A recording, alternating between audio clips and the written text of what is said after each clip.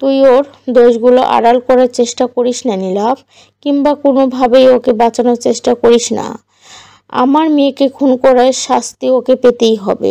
কথাটা বলেই সাবিনা চলে যায়। নীলাভ একটা তাচ্ছিলের হাসি দিয়ে চোখ জোড়া বন্ধ করে নেয়। আমি যদি কখনো নিজের চোখে না দেখতাম তাহলে আমিও তোকে বিশ্বাস করতাম।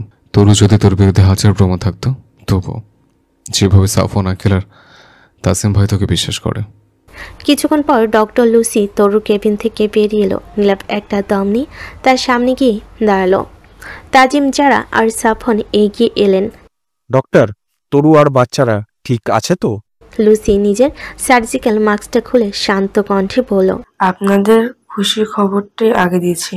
সেটা হলো আপনার একটা ছেলে আর একটা মেয়ে হয়েছে, দুজনেই একদম সুস্থ আছে। আর খারাপ খবরটা হচ্ছে মিসেস খানের জ্ঞান ফেরেনি। আগামী 6 ঘন্টার মধ্যে ওনার জ্ঞান না ফিরলে তাহলে যে কোনো কিছু ঘটে যেতে পারে। কথাটা শুনে নীলাপের পায়ের নিচ থেকে মাটি সরে গেল। এতক্ষণ নিজেকে কন্ট্রোল করে রাখলো, এবার সে আর নিজেকে সামলাতে পারল না। নীলাপ কাঁদতে লাগলো। সে চিৎকার করে কাঁদছে। তার কান্নার শব্দে চারপাশ ভারী হয়ে উঠল। নাই তার নাজমুল এসে নীলাপকে সামলাতে লাগলো। যারা তাজিমার সাফন তো দৌড়ে তরুর কাছে চলে এলো। তরুর হাতে রক্তের স্যালাইন আর মুখে অক্সিজেন মাস্ক লাগালো। আপু, যার আর কিছু বলতে পারল না। তরুর মাথায় হাত রেখে কেঁদে উঠল। সাফন আর তাজিমও তরুর পাশে দাঁড়িয়ে আছে। আমার মেয়েটা আমার প্রতি এক আকাশ পরিমাণ অভিযোগ নিয়ে শুয়ে আছে। তাজিম, আমাকে কি ক্ষমাটুকু চাওয়ার সুযোগ দেবে না? তাজিম বলল, তোমার প্রতি তরুর কোনো অভিযোগ নেই বাবা, ও তোমাকে অনেক আগেই ক্ষমা করে দিয়েছে। সাফন শব্দ করে কেঁদে ওঠেন। পাশ থেকে বাচ্চা কান্নার আওয়াজ পেয়ে যার সেদিকে চলে যায়। বাচ্চা দুটোকে দেখে অজান্তে যারা মুখে হাসি ফুটে ওঠে। বাচ্চা দুটো দেখতে একদম পুতুলের মতোই কিউট হয়েছে। যারা একজনকে কোলে নিয়ে তাজিমের দিকে এগিয়ে যায়। তাজিমের উদ্দেশ্যে বলে, ভাইয়া দেখো না, আপু ওদেরকে খরগোশের বাচ্চা বলেই ডাকতো, আর ওরা দেখতেও একদম খরগোশের মতোই কিউট হয়েছে। ওদের কথার মাঝে সেখানে সাবিনা প্রবেশ করে। সে মূলত বাচ্চাদের কান্নার শব্দ পেয়ে এসেছেন। সাবিনা গিয়ে আরেকজনকে কোলে তুলে নেয়। নাহিদ নীলাপকে ধরে নিয়ে আসে বাচ্চাদেরকে দেখানোর জন্য, কিন্তু নীলাপ কিছুতেই স্বাভাবিক থাকতে পারছে না। নীলাপ বাচ্চাদের দিকে না তাকিয়ে আগে তরুর কাছে চলে যায়। তরুর হাতটা জড়িয়ে ধরে বলে, প্রাণ পাখি, তুই রাগ করেছিস আমার ওপর? আমি খুব খারাপ, তাই না? তুই আমাকে যা শাস্তি দিবি আমি সব মেনে নেব। প্লিজ একবার চোখ মেরে তাকা। তোর কেন এইভাবে পড়েছিস আমাকে? আমি আর সহ্য করতে পারছি না। তুই আমার সাথে কথা বল, রাগ করেই বল না বেরিয়ে যেতে। আমি কিচ্ছু মনে করবো না। তুই দরকার হলে আমাকে মেরে ফেল, আমি বাধাও দেবো না। তবু এত বড় শাস্তি দিস না, আমি বাঁচতে পারবো না। বিশ্বাস কর, যদি যেতে হয় আমাকেও তোর সঙ্গে নিয়ে যা। নীলাপের কান্না দেখে সবাই অবাক চোখে নীলাপের দিকে তাকিয়ে আছে। তবে এসবের মাঝে সবচাইতে বেশি কষ্ট হয়তো বাচ্চাগুলোই পাচ্ছে। তাদের কান্নার বেগ দেখে বোঝা যাচ্ছে। সাবিনা বাচ্চাটা নিয়ে নীলাপের দিকে এগিয়ে যায়। নীলাপ একবার সাবিনার কোলে থাকা নীরের দিকে তাকায়। মুহূর্তে তার তরুর বলা কথাগুলো মনে পড়ে। যদি তুমি ওদেরকে বেস্টটা দিতে না পারো, বা ওদের যদি কখনো আমাকে প্রয়োজন হয়, তাহলে ওদেরকে আমি নিজের সাথে নিয়ে যাব। কথাটা মনে পড়তে নীলাপ নীরকে কোলে তুলে নেয়। নীরকে কোলে নিতেই নীলাপের মনটা শান্ত হয়ে যায়। আর নীরও কান্না থামিয়ে পিটপিট চোখে বাবার দিকে তাকায়। দেখলে দুনিয়াতে আসতে না আসতেই কিরকম বাবার নেউটে হয়ে গেছে। এতক্ষণ কেঁদে কেটে একাকার করে দিয়েছিল। নীরকে কোলে নিয়ে উঠে দাঁড়ায়। যারা নৌশিকে কোলে নিয়ে দাঁড়িয়ে আছে।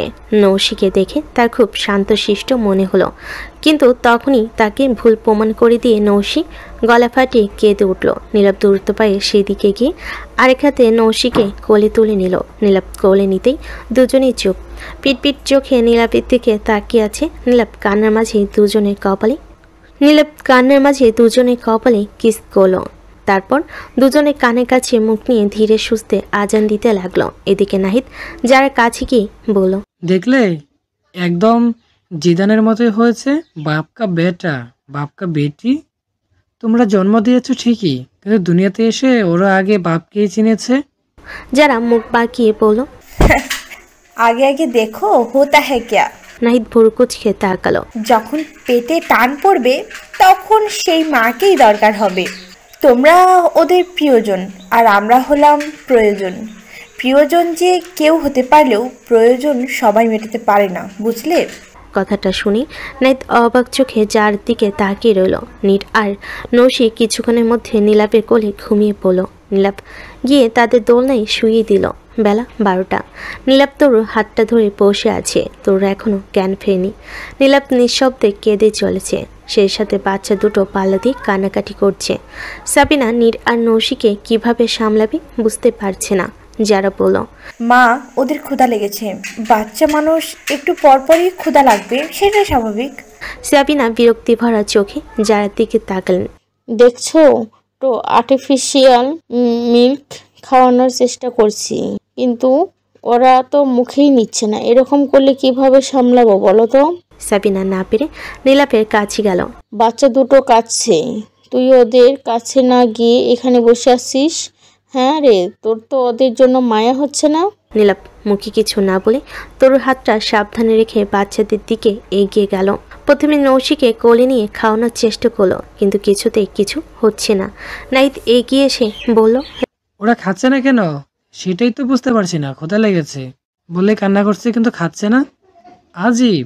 যারা বলল, 9টার দিকে তো আমি এগুলোই খাইছিলাম, তখন তো খেয়ে নিয়েছিল। নীলাপ এবার বেশ চিন্তায় পড়ে গেল।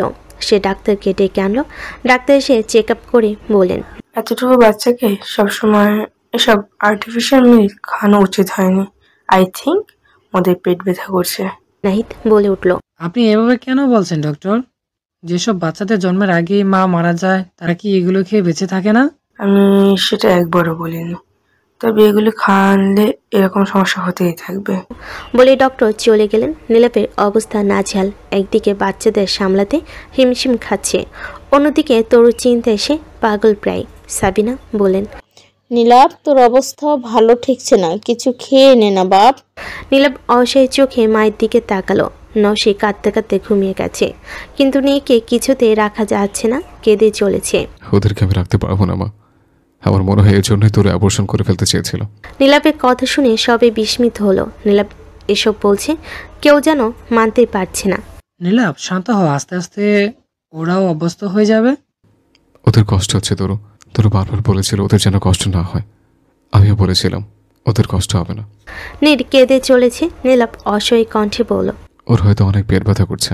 নীলাপ নীরকে কোলে নিয়ে এগিয়ে গেল তরুর দিকে। সাফন আর তাজিম রুম তরুর পাশেই বসেছিল। নীলাপ যেতেই সাফন উঠে গিয়ে চেয়ার খালি করে দেয়। নীলাপ সেখানে বসে নীরকে বলতে লাগলো, মাকে ডাকো, আমার উপর রাগ করে আছে, তাই আমি ডাকলে সাড়া দিচ্ছে না। তোমার উপর তো রেগে নেই, যতই শক্ত মনের হোক না কেন, তোমার ডাক উপেক্ষা করতে পারবে না। নীর তো আর নীলাপের কথা বুঝলো না, সে শুধু কেঁদে যাচ্ছে। নীরের কান্না দেখে নীলাপ আবারও কাঁদতে লাগলো। তরুর হাতটা তুলে নিয়ে নীরের মাথায় রাখলো। তরু, চোখ খোলো প্লিজ জান, আমি ওদেরকে রাখতে পারছি না, ওদের তোকে প্রয়োজন। তুই আসবি না? হাত তোদের দায়িত্ব পালন করার জন্য হলে একবার কোলো নেই ওদের। নীলাপ কাঁদছে, তখন সে অনুভব করলো যেই হাত ধরে আছে সেই হাত নড়ে উঠল। নীলাপ তরুর দিকে তাকাতেই দেখে তরুর চোখের পাতাও নড়ছে। শুধু একবার। নীলাপ সবার দিকে তাকিয়ে বলল, তরু, সবাই দেখো না, তরু জ্ঞান ফিরেছে, তরু রেসপন্স করছে। নীলাপের কথা শুনে সবাই একসাথে তরুর দিকে এগিয়ে এলো। কয়েক মুহূর্ত যেতেই তরুর চোখ মেলে তাকালো। নীলাপের হাত থেকে নিজের হাতটা সরিয়ে মুখ থেকে অক্সিজেন মাস্কটা খুলে ফেলো। যারা এগিয়ে এসে তোর মাথায় হাত বুলিয়ে দিয়ে বলল, আপু, আপু তুমি ঠিক আছো? তাজিম তো খুশিতে আবারও কেঁদে ফেলেছে। সাফন আর যারা তো কাঁদছে, তবে এটা খুশির কান্না। তোর পুরোপুরিভাবে চোখ মেলে তাকালো, তারপর উঠে বসতে নিলে নীলাপ বাধা দিয়ে বলে, উঠছিস কেন? শুয়ে থাক। তরু নীরের দিকে আঙ্গুল দিয়ে ইশারা করে মৃদু কণ্ঠে জিজ্ঞেস করলো, ও কাছে কেন? কে ওকে কষ্ট দিয়েছে? এমনি তোর জন্য কাজ ছিল। ওকে আমার কাছে দেবে? কথাটা শুনে নীলাপ কান্নার মাঝেই হেসে ওঠে। নীরকে তরুর পাশে শুয়ে দিয়ে বলে, ও কার মতো হয়েছে বলতো? তুই তো কখনোই কাঁদিস না। নশোয় কেঁদেছিল, তবে ক্লান্ত হয়ে ঘুমিয়ে গেছে, কিন্তু উপরে এনার্জি ওয়েস্ট করে কেঁদে যাচ্ছে। তোমার মতো হয়েছে। আমি কখন কাঁদলাম? তরুর কথা শুনে নীলাপ দ্রুত হাতে নিজের চোখজোড়া মুছে নিল। তরু নীরের মাথায় হাত রাখতেই নীর ঠোঁট ফুলিয়ে কেঁদে ওঠে। তরু ভোরকে গিয়ে উঠে বসে। কি হয়েছে ওর? এত কাঁদছো কেন? তরু যেন নীরের কান্না শুনে নিজের কষ্টই ভুলে গেছে। নীরকে কোলে নিয়ে হাত পা গভীরভাবে পর্যবেক্ষণ করতে লাগলো। কোথায় ব্যথা পেয়েছে? তরু পাগলামি দেখে সবাই অবাক চোখে তাকিয়ে রইল। এটাই কি সেই মেয়ে যে কিনা প্রতিনিয়ত বাচ্চাদের অ্যাবর্শন করিয়ে ফেলতে চাইতো? কথায় কথায় বলতো বাচ্চাদের কথা ভাবার মতো টাইম নেই, এগুলো সব নন প্রফিটেবল কাজ। যারা এগিয়ে এসে ফিসফিসি বলো, আপু ওদের এখন ক্ষুধা লেগেছিল, তুমি তখন সেন্সলেস ছিলে, তাই বাধ্য হয়ে আর্টিফিশিয়াল মিল্ক খাইয়েছিলাম। ওসব খেয়ে ওদের পেট ব্যথা করছে। কথাটা শুনে তরু চোখ কটমট করে যার দিকে তাকালো। যারা ভয় পেয়ে দুপা পিছিয়ে গেল। কে বলেছে ওইসব খাওয়াতে? নীলাপের দিকে ইশারা করে বলল, ও বলেছে, তাই না? যারা একটা ঢোক গেলে তাজিমের কাছে চলে গেল। তরু এবার নীলাপের চোখে চোখ রেখে বলে, ওগুলো কাদের খাওয়ায় জানো? যাদের মা মরে যায় তাদের খাওয়ায়। তুমি কোন সাহসে ওদের এসব খাওয়াতে বলেছো? হ্যাঁ, আমি কি মরে গেছি? তরুর কথা শুনে এক এক করে সাফওয়ান, নাহিদ, তাজিম সহ নাজমুল বেরিয়ে যায়। নীলাপ গলা পরিষ্কার করে বলে, তুই মেনে নিচ্ছিস যে তুই ওদের মা? নীলাপের কথা শুনে তরু চুপ হয়ে যায়। পরক্ষণই বলে ওঠে, জন্ম যখন দিয়েছি দায়িত্ব পালনও করব। তোমার মতো ইররেসপন্সিবল নই আমি যে দায়িত্ব দেখেই পালিয়ে যাব। নীলাপ দাঁড়িয়ে গিয়ে বলল, ওকে, তাহলে তুই বরং দায়িত্ব পালন কর, আমি বাইরে গেলাম। বলে নীলাপ বাইরে বেরিয়ে গেল। নীরের কান্না থামেনি। এর মাঝে নৌশি ঘুম ভেঙে যায়। যারা ওকে নিয়ে আয়। যারা নৌশিকে নিয়ে তরুর কোলে দিল। তরু মায়া ভরা চোখে এবার একবার নীর আর একবার নৌশির দিকে তাকিয়ে বলল, কাঁদে না ছানাপোনা? যারা ভয়ে ভয় বলল। তরু ভুরকুচকে বলে উঠল, কিভাবে থামবে? সাবিনা এগিয়ে এসে রাগী কণ্ঠে বলেন, এই মেয়ে, তুমি কি জানো না কিভাবে থামবে? ওদেরকে খাওয়াও। তরু জিজ্ঞাসু দৃষ্টিতে সাবিনার দিকে তাকিয়েছে। সাবিনা এবার রেগে না গিয়ে ভালো করেই বলেন, বেস্ট মিল্ক খাওয়াও, সেটাই এই বয়সী বাচ্চাদের জন্য সবচাইতে নিরাপদ খাবার। যারা ওকে ভালো করে বুঝিয়ে দাও, আমি বাইরে গেলাম। কথাটা বলে সাবিনা বাইরে চলে গেলেন। নীলা বাইরে বসেছিল। নীরা নৌশির কান্না থেমে যাওয়াতে সে একটা স্বস্তির নিঃশ্বাস ফেল। তখনই আয়ু এসে উপস্থিত হলো। আয়ু এসে নীলাপের গা ঘেঁষে বসে বলল, সরি নীল, আমার আসতে অনেক দেরি হয়ে গিয়েছে। বাচ্চারা কোথায়? চলো আমি গিয়ে ওদের সামলাবো। আয়ুর কথা শুনে নীলাপ বিরক্তিসূচক শব্দ উচ্চারণ করে সরে বসল। আয়ু প্লিজ চুপ করো, তোমার জ্ঞান কারণে চাইতে বাচ্চাদের কান্নার শব্দ হলে বেশি ভালো লাগে আমার কাছে। খালামণি সকাল থেকে আমাকে কল দিয়েছিল, কিন্তু আমার ফোন সাইলেন্ট ছিল। আমার ঘুম ভাঙতে আমি চলে এসেছি। নীল, চলো এবার তুমি আর আমি মিলে বাচ্চাদের সামলাবো। দরকার নেই, ওদের সামলানোর জন্য ওদের মা আছে। কি? তরুর জ্ঞান ফিরেছে? ও বেঁচে গেছে? আয়ুর কথা শুনে নীলাপ রাগী চোখে আয়ুর দিকে তাকালো। খবরটা শুনে তুমি হয়তো খুশি হলো না, তাই না? আয়ু আমতা আমতা করে বলল, খুশি হওয়া বা না হওয়ার কি আছে? এমনিতেই ওর সময় ঘনিয়ে আসছে। কি বলতে চাও তুমি? আয়ু সামনে এসা করে দেখলো নাজমুল, সাবিনা আর নাহিদ কোনো একটা বিষয় নিয়ে তর্ক করছে। আয়ু বাঁকে হেসে বলল, তুমি কি জানো ওরা কোন বিষয়ে কথা বলছে? নীলাপ ভুরকুচকে সামনে থাকা তিনজনের দিকে তাকালো, কিন্তু তারা কোন বিষয়ে কথা বলছে সেটা বুঝতে পারল না। ওরা তরুকে কিভাবে মারবে সেই বিষয়ে কথা বলছে। কথাটা শুনে নীলাপ দাঁড়িয়ে যায়। দ্রুত পায়ে তাদের তিনজনের দিকে এগিয়ে যায়। নাহিদ বলে, নীলাপ নিজে বলেছিল বাচ্চারা জন্ম নেওয়া মাত্রই ওকে মেরে ফেলবে, কিন্তু এখন নীলাবই ওকে বাঁচানোর জন্য মরে যাচ্ছে। সাবিনা বলেন, আমাদের বাচ্চাদেরও কথা ভাবতে হবে নাহি। তো কি বলতে চাও তুমি মা? নাজমুল বলেন, নাহিদ একদম ঠিক বলেছে সাবিনা, নীলাপ দুর্বল হয়ে পড়ছে। আমাদের আর তরুকে সময় দেওয়া ঠিক হবে না। নাহিদ ফের বলো, সেটাই, মা ছাড়া বাচ্চারাও বেঁচে থাকে, ওদের অভ্যাস হয়ে যাবে। আমাদেরকে যা করার তাড়াতাড়ি করতে হবে। তাদের কথা শুনে নীলাপ দুপা পিছিয়ে যায়। তখনই তারা তিনজন নীলাপের দিকে তাকায়। সাবিনা ফিসফিসিয়ে বলেন, নীলাপ কি সব শুনে ফেলেছে? নীলাপ উল্টো দিক ঘুরে ফট করে তরু কেবিনে ঢুকে যায়। তরু যারার সাথে কোনো একটা বিষয় নিয়ে আলোচনা করছিল। নীলাপকে আসতে দেখে তরু আর যারা চুপ হয়ে যায়। কথাটা বলে যারা বেরিয়ে গেল। যারা যাওয়া মাত্রই নীলাপ দরজা লাগিয়ে তরুর সামনে এসে বসে। পাশে তাকিয়ে দেখে নীর আর নৌশি দোলনায় ঘুমাচ্ছে। নীলাপ হঠাৎ করে তরুর হাত ধরে বলে, আমাদেরকে যত তাড়াতাড়ি সম্ভব এখান থেকে পালিয়ে যেতে হবে তরু। তরু ভুরু কুচকে নীলাপের দিকে তাকায়। মানে পালিয়ে যাব কেন? ওরা তোকে মেরে ফেলবে। তরু বুঝতে পারলো নীলাপ কি বলতে চাইছে। তরু ঠান্ডা কণ্ঠে বলল, আমি তো শুধুমাত্র তোমার হাতে মরতে চেয়েছি। তরু, কি হয়েছে? তোর পাশে টেবিল উপর থাকা ফলকাটা ছুরিটা নীলাপের হাতে ধরিয়ে দিল। তোমার কাছে লাস্ট সুযোগ আছে আমায় মেরে ফেলার। তুমি যদি আমাকে মেরে ফেলতেই চাও তাহলে দ্রুত কাজটা করে ফেলো। নীলাপ শক্ত করে ছুরিটা ধরল, তারপর বিস্মিত চোখে তরুর দিকে তাকালো। তরু দেখলো নীলাপের চোখ জোড়া লাল হয়ে গেছে। যে হাত দিয়ে ছুরিটা ধরে রেখেছে সে হাতটা অনবরত কাঁপছে। তরু একটা বাঁকা হাসি দিয়ে নীলাপের এলোমেলো চুলগুলো হাত বুলিয়ে দিতে লাগলো। হেল্প করবো তোমায়? তরু ফট করে নীলাপের হাত ধরে ছুরিটা নিজের পেটে ঢুকিয়ে দিতে যাবে, কিন্তু তার আগে নীলাপ ছুরিটা দূরে ছুঁড়ে ফেলে দিয়ে তরুকে জড়িয়ে ধরে। আমি তোকে মারতে পারবো না। হ্যাঁ, আমি স্বীকার করে নিলাম যে আমি তোকে মারতে পারবো না। নীলাপ তরুকে শক্ত করে জড়িয়ে ধরল, কিন্তু তরু তাকে ধরেনি। তরু অদ্ভুতভাবে হাসতে লাগলো। তরুর হাসির শব্দ শুনে নীলাপ আরও শক্ত করে তরুকে জড়িয়ে ধরল। তরু ফিসফিসিয়ে নীলাপের কানে কানে বলল, আমার চলে যাওয়ার সময় এসে গেছে মিস্টার খান। আমাকে এবার চলে যেতে হবে। এবার জড়িয়ে ধরেও আর আটকে রাখতে পারবে না। তাদের কথার মাঝে দরজায় কেউ নক করে।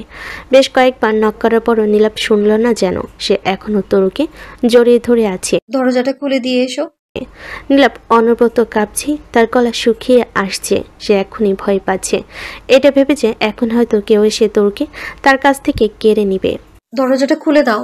তরুর শান্ত কণ্ঠ শুনে নীলাপ আরো অস্থির হয়ে গেল। আমি খুলবো না, ওরা তোকে মেরে ফেলবে। তরু এবার হেসে উঠল। Time is over.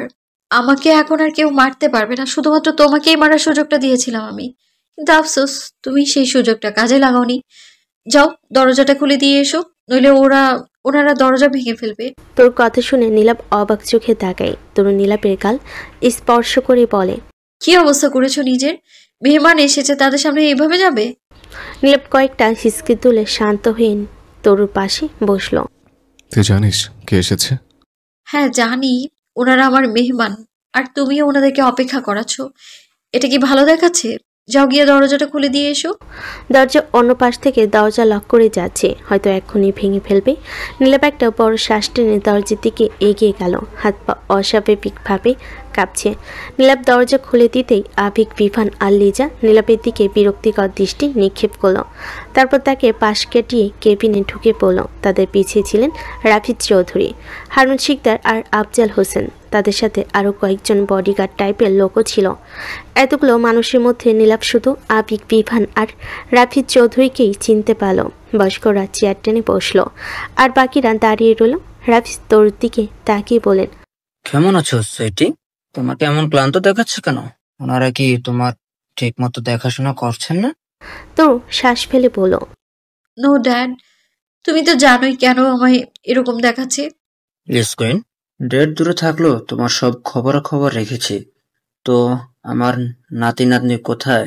তোর চোখ দিয়ে ইশার করতে লিজার বিভান সেদিকে এগিয়ে যায়। নীর আর নৌশিকে দেখে লিজা খুশির ঠেলায় বলে ফেলে, তরু, তুই খরগোশের বাচ্চা বলতি বলে শেষমেশ দুটো খরগোশের বাচ্চাই হলো।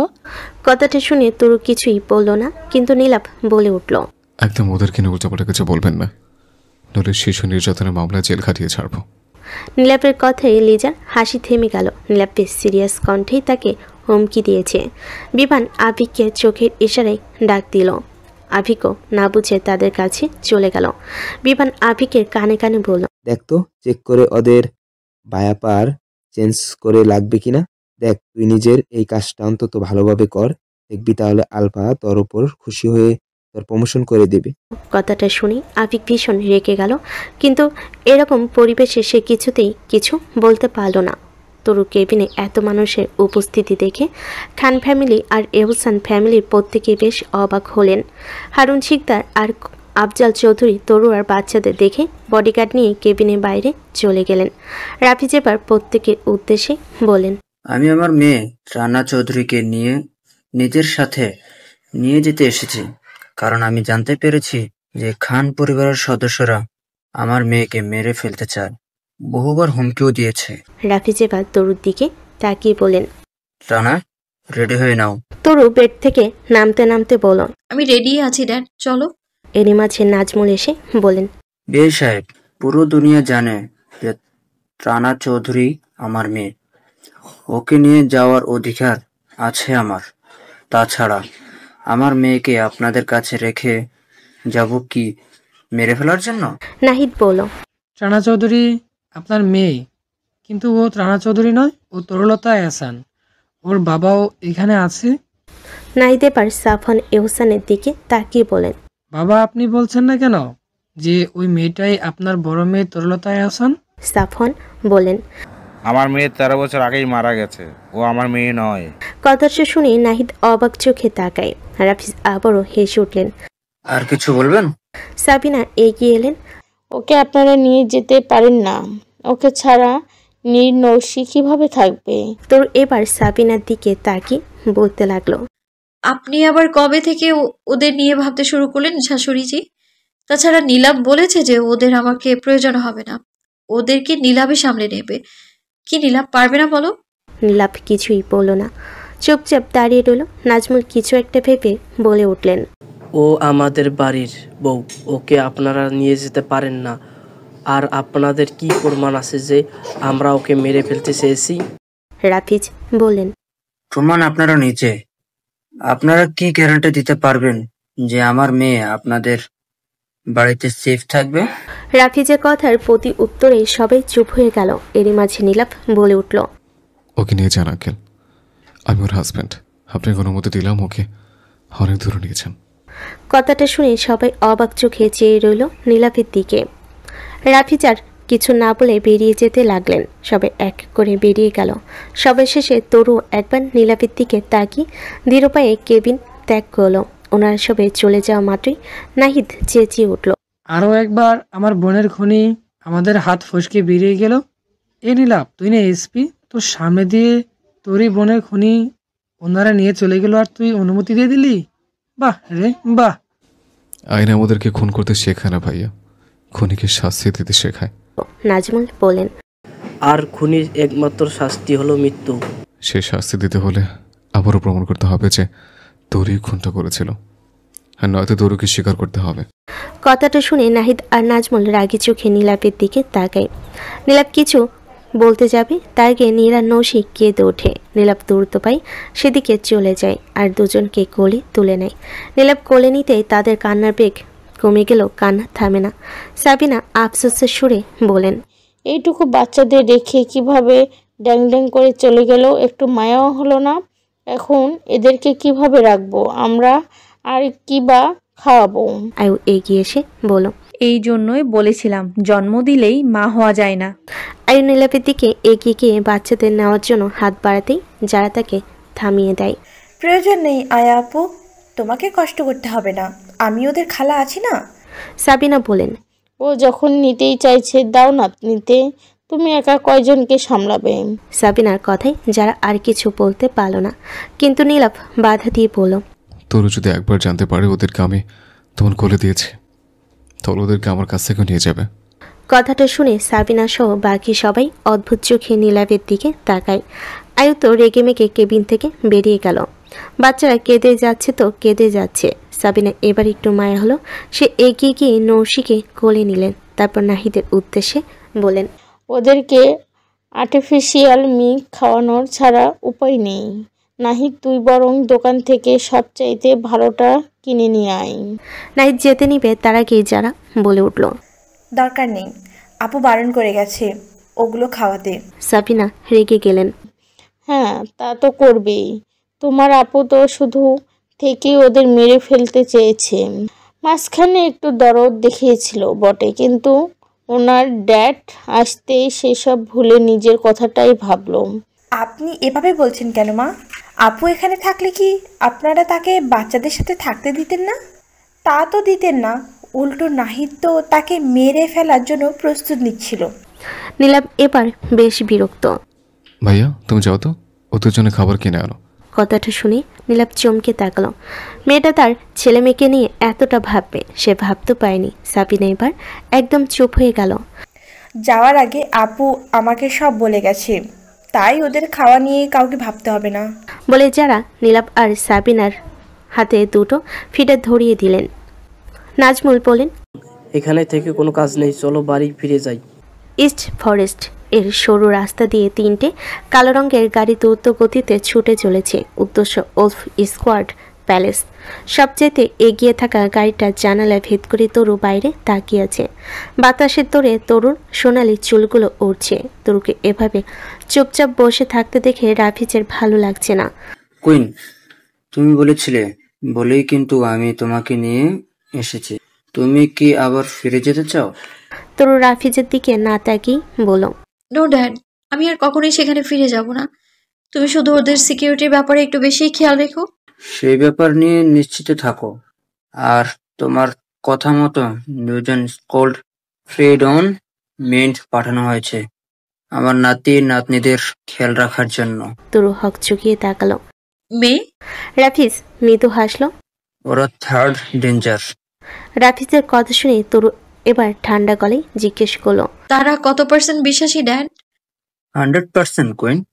ওরা এর পূর্বে আমার পার্সোনাল মিল্ড ছিল।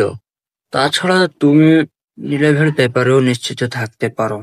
আর আমিও আমাদের প্রিন্স আর প্রিন্সেসের বিষয়ে অনেক বেশি কনসার্ন, কারণ ওরা তো আমাদেরই ভবিষ্যৎ। তরু কথাটা শুনলো না। তরু কথাটা শুনলো তবে উত্তরে কিছুই বলল না। নীলাভ ড্রয়িং রুমে বসে আছে। তার সামনেই ছোট্ট দোলনায় নীর আর নৌশি ঘুমাচ্ছে। তখনই কেউ একজন দরজায় নক করে। হানা দরজাটা খুলে দিতে ছেলে টাইপের মেয়ে বাড়িতে প্রবেশ করে। নীলাভ তাদেরকে দেখে অবাক চোখে তাকায়। বুঝতে পারছে না এরা কারা, ছেলে নাকি মেয়ে। তাদের মধ্যে একজন বলে ওঠে, নীলাভ জাহির খান কে? নীলাভ উঠে গিয়ে সন্ধিয়ান চোখে তাদের দিকে তাকায়। আমি নীলাভ জাহির খান। আপনারা কারা? আমি অ্যানি আর ও মিনি, আমরা যমজ বোন। নীলাভ ভুরু কুচকে তাকালো। ও আচ্ছা, আমাকে খুঁজছেন কেন? কি দরকার? এনি বলল, আমাদেরকে নীর আর নৌশির ন্যানি হিসেবে ওদের খেয়াল রাখার জন্য পাঠানো হয়েছে। এর মাঝে সাবিনা নিচে এসে বলেন, কে পাঠিয়েছে তোমাদের? মিনি বলল, আমাদেরকে আমাদের মাস্টার মানি রাজি চৌধুরী পাঠিয়েছে। সাবিনা রাগী কণ্ঠে বলে উঠলেন, আমাদের কোনো ন্যানির প্রয়োজন হলে আমরাই রেখে নিব। আর তাছাড়া তোমাদের মতো ছেড়ে দেখতে আমার মেয়েদেরকে কেনই বা রাখতে যাব? কথাটা শুনে এনি আর মিনি একে অপরের দিকে তাকালো। এরপর একটা হাসি দিয়ে বলল, আমরা থার্ড জেন্ডার আন্টি, আর এটা আমাদের জন্মগতভাবেই। আল্লাহ আমাদেরকে এমন বানিয়েছেন, তাই কিছু বলার থাকলে ওনাকেই বলুন। কথাটা শুনে সাবিনা কিছু বলতে যাবে, তার আগে নীলাভ বলে ওঠে, আপনাদেরকে যে রাফিজ চৌধুরী পাঠিয়েছেন সেটা আমরা কিভাবে বিশ্বাস করব? কথাটা শুনে এনি মিনি আবারও একে অপরের দিকে তাকালো। এরপর এনি ফোন বের করে কারোর নাম্বারে ডায়াল করে লাউড স্পিকারে দিল। সরি মাস্টার, হঠাৎ কল দেওয়ার জন্য, কিন্তু এন যে আমাদেরকে বিশ্বাস করছেন না যে আপনিই আমাদেরকে পাঠিয়েছেন। তোর কণ্ঠ শুনে এনি বড় বড় চোখ করে ফোনের স্ক্রিনের দিকে তাকালো। নম্বর চেক করে দেখলো নম্বর তো ঠিকই আছে। এদিকে নীলাভ তো তোর কণ্ঠ শুনে স্ট্যাচু হয়ে গেছে। সরি, তবে আপনি কে বলছেন? আর মাস্টার কোথায়? এটা এখন আমার নাম্বার। আর আমি ত্রানা চৌধুরী বলছি, আপনাদের মাস্টারের একমাত্র মেয়ে। কথাটা শুনে এনি ঢোক গিলে বলল, সরি কুইন, আমি আপনাকে চিনতে পারিনি। তোর ঠান্ডা গলেই বলল, ইটস ওকে। উনি যদি এরপরেও আপনাদের রাখতে না চায় আমায় জানাবেন। রাখছি। কল কেটে গেল। এনি এবার নীলাভের দিকে তাকালো। কি বলল শুনলেনই তো, উনি আমাদের কুইন।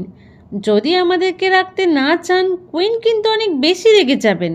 সাবিনা না করতে যাবে, কিন্তু তার আগে নীলাভ বলে ওঠে, আপনারা থাকুন। আরে দোলনায় নীর আর নৌশি আছে, যাদের খেয়াল রাখার জন্য আপনাদের কুইন আপনাদের পাঠিয়েছে। কথাটা শুনে এনি আর মিনি দোলনার কাছে চলে যায়। নীর আর নৌশিকে দেখে দুজনে খুশি হয়ে গেল। নৌশি মুখে আঙ্গুল দিয়ে ঘুমাচ্ছে আর নীর হাত পা ছড়িয়ে আরামসে ঘুমাচ্ছে। মাস্টার বলেছেন এরা হলো তার গ্র্যান্ড চিলড্রেন, যার মানে কুইন হলেন এদের মা। তবে মাস্টারের নম্বর কুইনের কাছে কি করছে সেটাই বুঝতে পারলাম না। আরে ওসব বাদ দে, আমি তো নীর আর নৌশিকে দেখে ফিদা হয়ে গেছি। কি কিউট দেখতে হয়েছে, তাই না? গালগুলো কেমন ফোলা ফোলা লাল লাল। ওরা উঠবে কখন? আমার তো কোলে নিতে মন চাইছে। চুপ থাক, ওদের ঘুমের ডিস্টার্ব করিস না। যারা জিতানকে নিয়ে ড্রয়িং রুমে আসতেই এনি আর মিনিকে দেখে থমকে যায়। সে মূলত নীর আর নৌশিকে দেখতেই ড্রয়িং রুমে এসেছে। তাজিম, মাইশা আর সাফন বাড়িতে ফেরার সময় জোহরাকে নিয়ে গেছে। আয়ুবকেও হসপিটাল থেকে আসার পর থেকে দেখা যায়নি। নীলাপা সাফিনা নীর নৌশির কাছে ছিল, সেই হিসাবে যারা নিজের রুমে বসে একটু বিশ্রাম নিচ্ছিল। কিন্তু এসে দুজন অপরিচিত লোককে দেখে তার মাথা গরম হয়ে গেল।